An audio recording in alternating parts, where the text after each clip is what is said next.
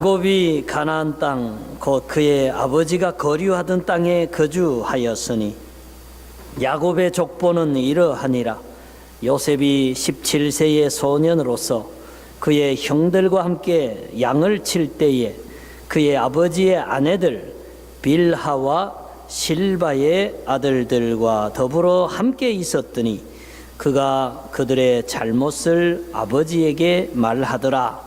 요셉은 노년에 얻은 아들이므로 이스라엘이 여러 아들들보다 그를 더 사랑하므로 그를 위하여 채색 옷을 지었더니 그의 형들이 아버지가 형들보다 그를 더 사랑함을 보고 그를 미워하여 그에게 편안하게 말할 수 없었더라.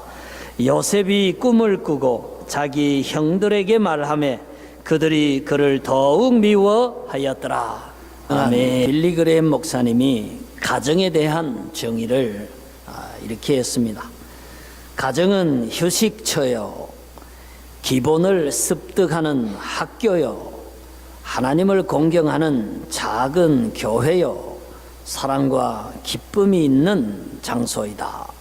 이렇게 교회를 가정을 이렇게 정의를 했습니다. 휴식처로, 학교로, 작은 교회로, 사랑과 기쁨이 있는 장소로 정의를 했습니다. 가정이 다 이렇게 되어서 행복하면 좋겠는데 때때로 그렇지 않는 가정도 있는 것이 사실입니다. 한국에 그 불교 방송이 있어요. 캐톨릭에서 하는 평화방송도 있고 또 기독교에서 하는 CBS 방송도 있는데, 불교 방송에 법륜 스님이라고 이제 그분이 대담을 하셔요. 근데 어떤 보살님이 한 분 나오셔가지고 가정 상담을 하는데 이렇게 말씀을 하셔요. 자기들은 형제 자매가 4명이 있대요. 제일 위로 오빠가 있고 그 다음에 둘째, 셋째, 넷째가 다 여동생이래요. 근데 그 부모님이 땅을 이제 집하고 논밭 이 재산을 좀 가지고 있는데 아버지가 돌아가실 때에 이 재산이 누구에게 귀속된다는 얘기를 없이 그냥 돌아가셨대요. 그래서 그 어머니가 이제 그 재산을 소유하고 계시는데 그 어머니가 지금 병이 들어가지고 병원에 입원을 하셔서 정신이 오락가락하고 있대요. 그래서 그 형제들이 교대로 이제 어머니 병간호를 하고 있답니다. 근데 큰 오빠가 어느 날 어머니한테 가서 어머니 아버지 물려준 그 재산 전부 다 내가 아들 하나고 맞으니까 전부 나한테 주십시오. 이렇게 이제 얘기를 했대요. 그 얘기를 딸들이 듣고 막 다 그냥 발끈 화가 나가지고 오빠하고 대판 싸웠다는 거예요. 어떻게 오빠가 그렇게 얘기할 수 있냐고. 지금 병중에 오락가락하는 어머니를 두고 그게 재산 얘기를 할 수 있냐고. 어떻게 오빠 혼자 그거를 다 그냥 먹으려고 그렇게 얘기할 수 있냐고. 이래가지고 그 딸들하고 오빠하고 원수가 됐다는 거예요. 그래가지고 병실에 병문안 올 때도 오빠가 올 때는 딸들 안 가고 딸들 갈 때는 오빠 안 가고 막 이렇게 집안이 엉망이 됐다는 거예요. 그러면서 스님 어떻게 하면 좋아요? 제가 아유 다행이다. 저기 기독교 방송에서 안 나오고 제가 그렇게 생각을 했는데 사실 불교인이고 기독교인이고 간에 집안이 그렇게 되면 그거는 잘못된 거죠. 행복한 게 아니죠. 제가 지금 이 팩트, 그 가정의 이 불화한 이러한 환경들, 요소들을 이제 설교 그 말미에 가서 무엇이 문제인지 우리가 같이 평가를 한번 하고 그 대안을 한번 찾아볼 거예요. 그때 가서 얘기를 하기로 하고, 지금 제가 말씀드리고 싶은 건 뭐냐면은 우리가 가정 안에 혹은 가족끼리 혹은 가문에 평강을 원하고 행복을 원하고 좋은 관계를 원하는데 때때로 그런 것이 깨어지는 때가 있다. 그게 우리가 원하는 대로 주어지지 않을 때가 있다는 걸 얘기를 드리면서 도대체 왜 그러면 우리가 원하는 평화가 오지 않고 원치 않는 불화가 우리 가정 속에 가족들의 관계 속에 이렇게 찾아오는가 하는 얘기들을 지금부터 좀 하려고 하는 것입니다. 우리는 이제 쉽게 일반적으로 심플하게 이런 생각들을 하는 경우가 있어요.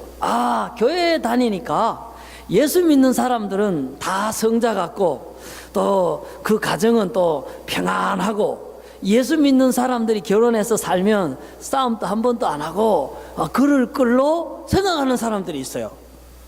그렇지 않습니다, 여러분. 이 목사도 우리 집에 이 데시벨이 상당히 올라갈 때가 있어요. 개가 짖어서 그런 게 아니고 제가 소리를 질러서 그런 불미한 일이 일어날 때가 그리스도인 가정에도 있단 말이에요. 없어야 되는데 이런 가정에도 있잖아요. 근데 왜 그게 생기냐 이거예요. 야곱도 보면은 가정에 어려움이 있었어요. 아브라함도 보면은 가정에 어려움이 있었어요. 왜 이러한 어려움이 찾아오는가? 우선 오늘 우리가 읽었던 이 야곱의 경우에는 좀 구조적인 문제가 있는 것 같아요. 한번 들어보세요. 형을 속였어요. 자기가 형이라 그러면서 동생이 형의 축복을 가로챘어요. 그러니까 형이 화가 났습니다. 그건 너무나 당연한, 그거는 형과 동생 사이가 멀어질 수밖에 없는 그 원인 제공을 야곱이 한 거예요. 그래가지고 형제간의 사이가 아주 왼수가 되었습니다. 자, 그래서 도망을 갔어요. 도망을 갔는데 참 운명적으로 그 70대 노인이 그 아주 아리따운 처녀 라헬을 거기서 딱 만난 거예요. 물어보니까 자기 아버지 이름이 외삼촌 이름이고 라헬이 자기 외사촌이라는 것을 알았어요. 근데 성경을 가만 보세요. 그 사람들이요, 처음에 만나자마자 바로 뽀뽀부터 시작했어요. 그 입 맞추면서 아주 그 반가워하고 끌어안았다 그랬어요. 그렇게 시작이 돼서 7년 동안 연애를 했습니다. 자, 연애를 했는데 이번에는 외삼촌이 잘못했어요.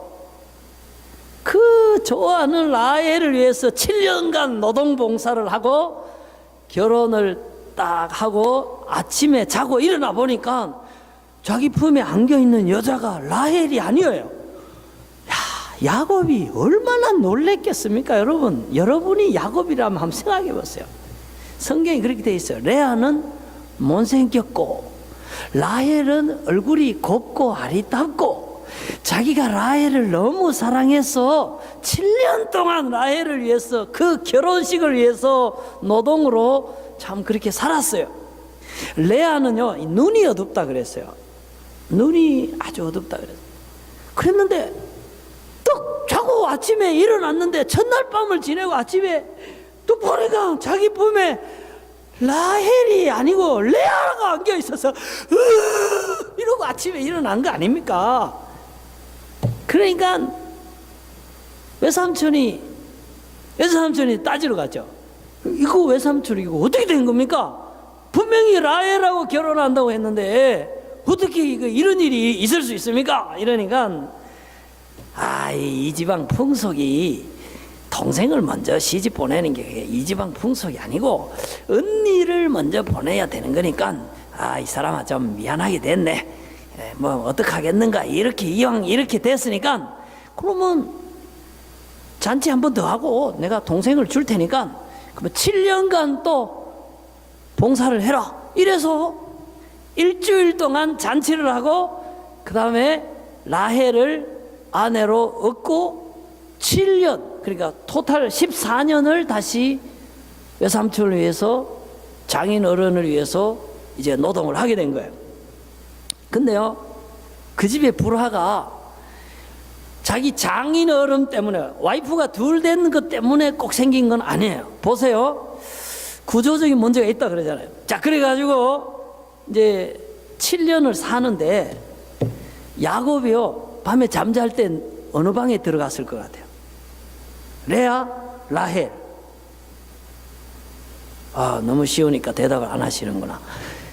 라헬 방에 가서 잠을 자는 거예요. 그 법적으로 레아가 부인은 부인인데 여기는 안 가요. 이 집에는 안 가요.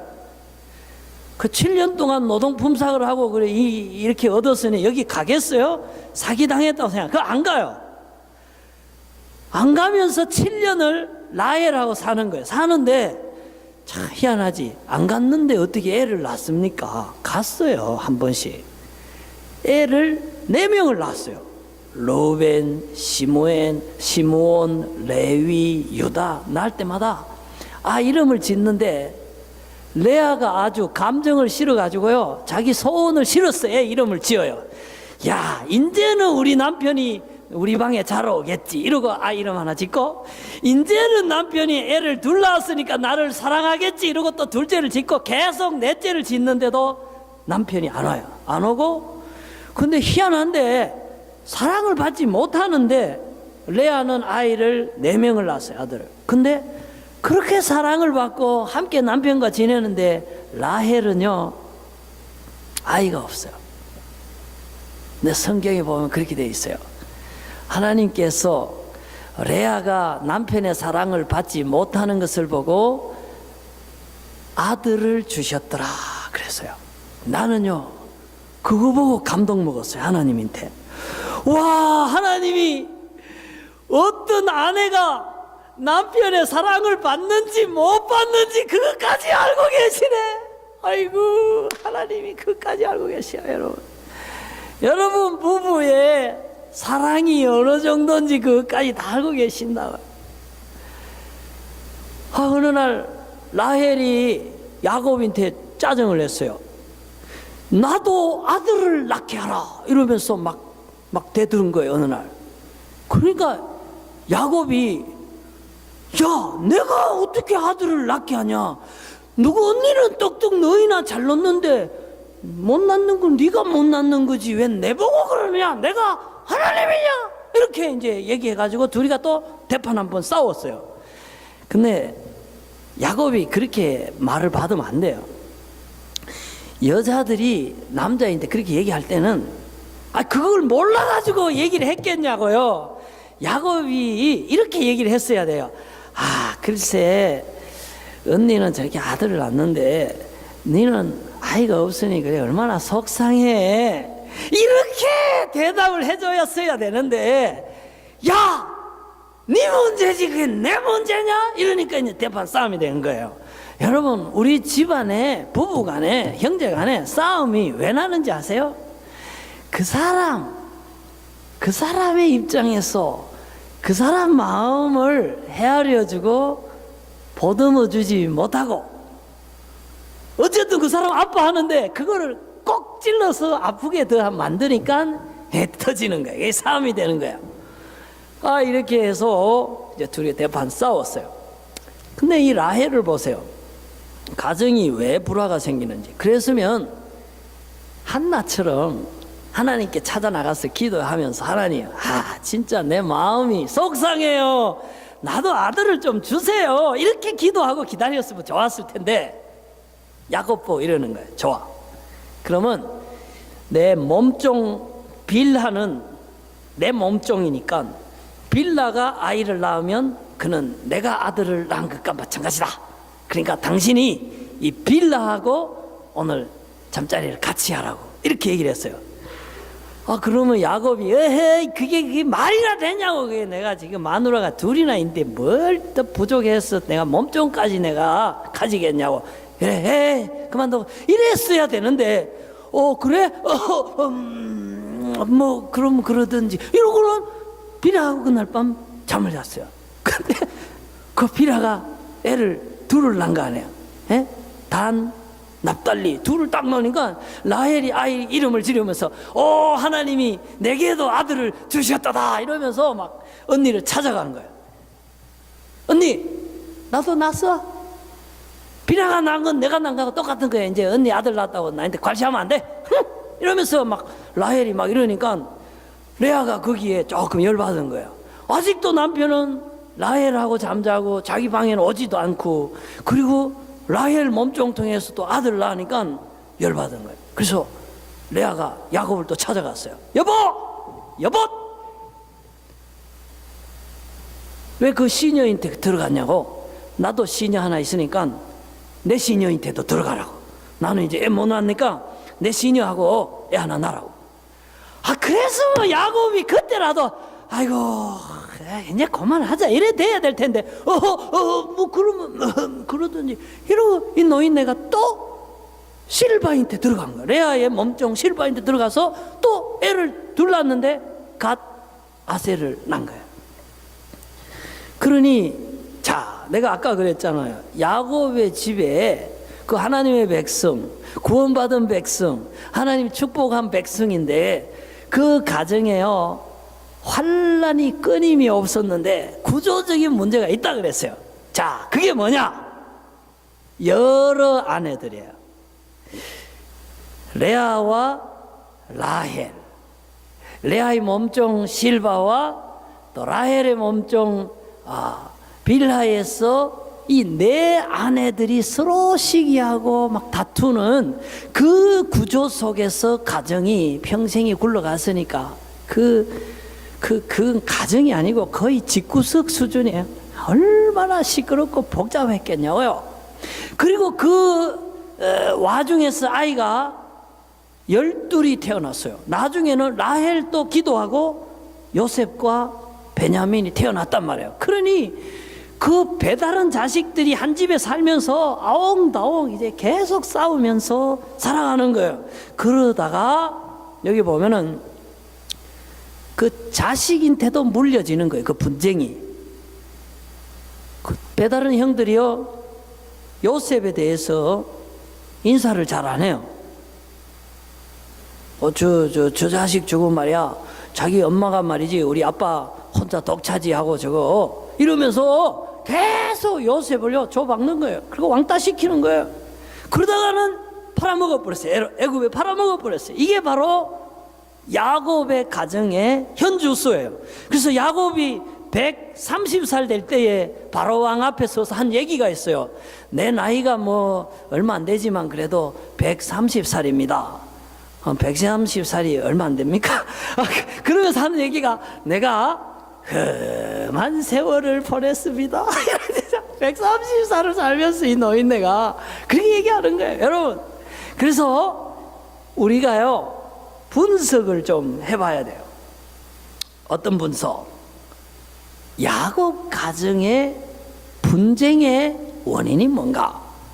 왜냐하면 우리가 분석을 해야 우리 가정화를 해치는 원인이 무언가를 찾을 수 있는 그런 기준이 생기거든요. 안목이 생기거든요. 첫째, 장인어른이 잘못했어요.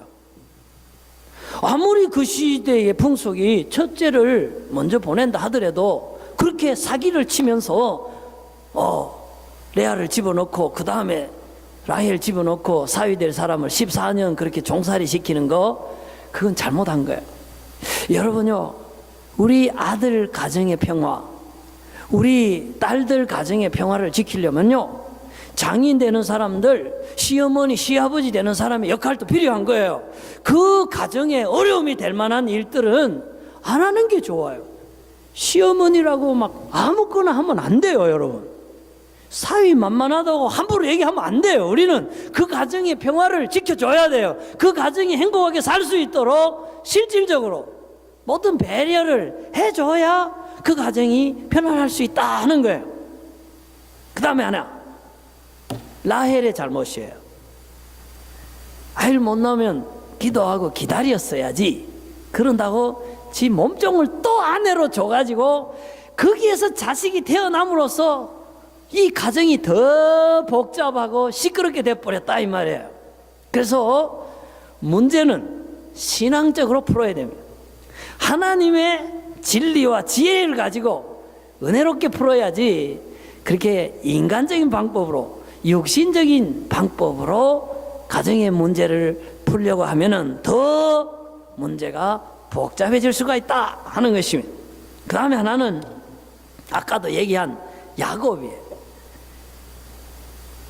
그럴수록 자기가 절제하고 정말 가정의 평화가 도움이 되는 쪽으로 결정을 하고 행동을 했어야 되는데, 레아 때는 레아, 라헬 때는 라헬, 실바 때는 실바, 빌하 때는 빌하, 하여간 이래가지고 사는 바람에 그 가정이 복잡해졌다 하는 것입니다.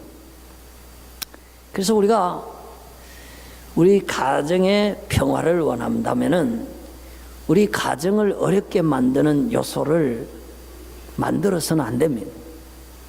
그런 어떤 결정을 해야 될 때에 하나님의 말씀과 하나님의 사랑과 진짜 가정의 평화가 되는 쪽으로 생각을 하고 그런 결정을 하고 행동을 해야지, 우리가 인간적인 문제, 인간적인 머리를 써서 해결하려고 할 때에 더 어려운 상황이 될 수 있다 하는 것입니다. 제가 초두에 그 보살님 불교 방송에서 상담을 요청한 그분 얘기를 했습니다. 지금 우리가 한번 분석을 해보는 거예요. 그 집에 오빠가 이제 다 여동생들 제치고 뭐 어쩌고 저쩌고 그 얘기를 했습니다. 무엇이 문제인가? 무엇이 문제인가? 첫째, 그 집이 불화하게 된 원인이 무엇인가를 우리가 분석하면서 무엇이 문제인가?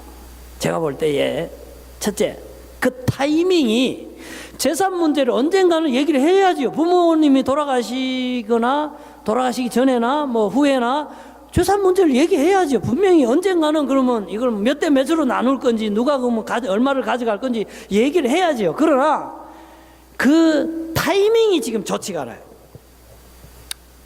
지금 어머니가 지금 병상에서 오락가락 하고 있는데 그 오빠가 어머니 건강을 위해서 얘기하지 않고 자기 재산 문제를 얘기했다는 타이밍이 지금 좋지가 않아요. 그리고 그 얘기를 하는 그 방법이 좀 문제가 있어요. 그렇지 않아요? 그 얘기를 하려면 여동생들도 3명 다 오고 자기도 있고 어머니가 있는 자리에서 같이 얘기를 했어야 되는데, 어머니 혼자만 자기 만나가지고 또 하나 문제가 있어요. 그것도 이거를 뭐 그러면 딸 아들 구별 없이 똑같이 그러면은 어머니 돌아가시면 4등분 해가지고 25%씩 나누자 그랬으면 딸들이 왜 발끈했겠어요. 근데 혼자 다 먹으려고 그랬으니까 그게 문제다. 이게. 여러분, 어떤 가정에 불화가 있을 때에는 공연히 불화가 생기는 게 아닙니다. 분명히 불화를 제공하는 원인이 있어요. 그 원인이 아들에게 있든지 딸에게 있든지 아니면 남편에게 있든지 아내에게 있든지 그 문제가 분명히 있어요. 내가 남편이라면, 우리 가정의 평화를 원한다면 정말 남편으로서 가정의 불화를 깨트리는 일들을, 원인을 제공해서는 안 됩니다. 여러분, 정말 가정을 사랑하고 정말 자녀들이 평화로운 가정에 살기를 원한다면 가장으로서 가정의 평화를 깨는 일들을 해서는 안 된다 하는 것입니다. 마찬가지로 부인도 마찬가지예요. 나로 말미암아 가정에 어려움이 오도록 해서는 안 된다 하는 것입니다. 아들도 딸도 마찬가지예요. 각자가 우리 가정에 평화를 깨는, 분쟁을 야기하는 존재자가 되어서는 안 된다. 그래서 우리가 어떤 결정을 할 때에 잘 생각을 해봐야 돼요. 이게 정말 하나님이 기뻐하시는 건지, 아니면 이게 우리 가정의 평화를 위한 건지, 지금 당장 세상 사람들이 꾀를 내서 정욕적으로 일반적으로 하는 방법인지를 가려내서 정말 분쟁의 요소를 없애고 평화를 가져다주는 그런 방법을 모색해야 된다 하는 것입니다. 그래서 제가 그 불교 방송에 나온 그 오빠라면 이렇게 했으면 좋을 것 같아요. 딸들을 다, 여동생들을 다 불러 모아놓고 어머니 정신이 맑을 때, 어머니 뭐 이런 얘기해서 죄송한데요, 그래도 혹시 사람 일 모르니까 살아 계실 때 그 재산 얘기를 분명하게 하시면 좋을 것 같습니다. 이렇게 얘기를 하면서 제 생각에는 제가 아들이긴 하지만 그래도 그 딸들하고 똑같이 그냥 이렇게 4분의 1씩 그렇게 나누면 좋겠습니다. 그렇게 한번 말씀해 주시죠. 이렇게 하면서 너희들 여동생들 생각은 어떠냐 이러면은 여동생들이 그래도 한국은 오빠가 맏아들이고 아들이니까 좀 더 가져가야지 뭐 이렇게 될 수도 있고 그럼 뭐 오빠 말씀대로 그렇게 합시다 뭐 이렇게 할 수도 있고 이렇게 평화롭게 해결했으면 그 형제 자매들 간에 사이도 좋고 그 어머니 병 간호도 잘할 수 있고 또 장래가 나도 또 은혜 가운데 장례식을 치를 수 있었지 않겠는가 이런 생각을 해봅니다. 여러분 우리 옛말에 가화만사성이라 하는 말이 있습니다. 그게 공연한 말이 아닌 것 같아요.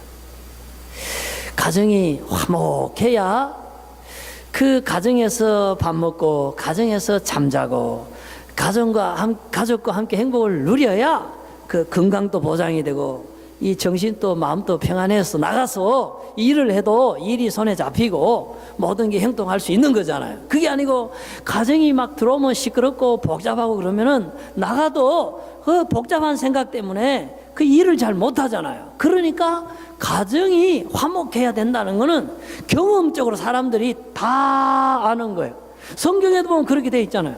다투면서 싸우면서 아주 큰 내골에 사는 것보다 차라리 좀 가난하더라도 움막집에 살면서 평화롭게 사는 게 낫다. 잠언에 그렇게 얘기하잖아요. 그만큼 가정의 평강은 중요한 거예요. 가정의 화목은 중요한 거예요. 그렇기 때문에 이 가정이 중요하구나. 나의 행복을 위해서도 중요하고 배우자의 행복을 위해서도 중요하고 아이들을 위해서도 가정의 화목과 행복이 중요하구나 하는 사실을 깨닫고 그리고 우리가 직장에서 성공하고 공부를 또 잘하고 사회에 있어도 기독교인으로서 우리가 빛된 역할을 하기 위해서는 이 가정이 화목해야 되는구나 하는 걸 깨달아야 돼요. 야곱이 비록 하나님의 백성이고 구원받은 백성이고 하나님의 물질적인 축복을 받았고 그 자손이 이스라엘 땅의 주인이 되고 그 후손을 통해 예수 그리스도가 오신 것도 사실이에요. 그러나 야곱 자신은 가정생활에서는 굉장히 불행했습니다. 굉장히 힘들었어요. 험악한 세월을 130년 동안 보냈어요. 왜? 그런 많은 와이프들과 배다른 많은 자식들과 그리고 가족들의 다툼 속에서 힘든 생활을 했다 이거예요. 제가요 드리고 싶은 말씀이 그거예요. 우리 예수 믿습니다. 죄사함 받았습니다. 하나님 자녀 맞아요. 천국 갑니다. 그러나 우리가 남편으로 아내로 자녀로 부모로 가정의 평화를 위해서 우리가 평화로운 행동을 하지 못하고 분쟁을 야기하는 말과 생각과 행동을 했을 때에 구원은 받지만 이 세상에 사는 가정생활이 힘들고 괴롭다 하는 걸 제가 얘기를 드리는 거예요.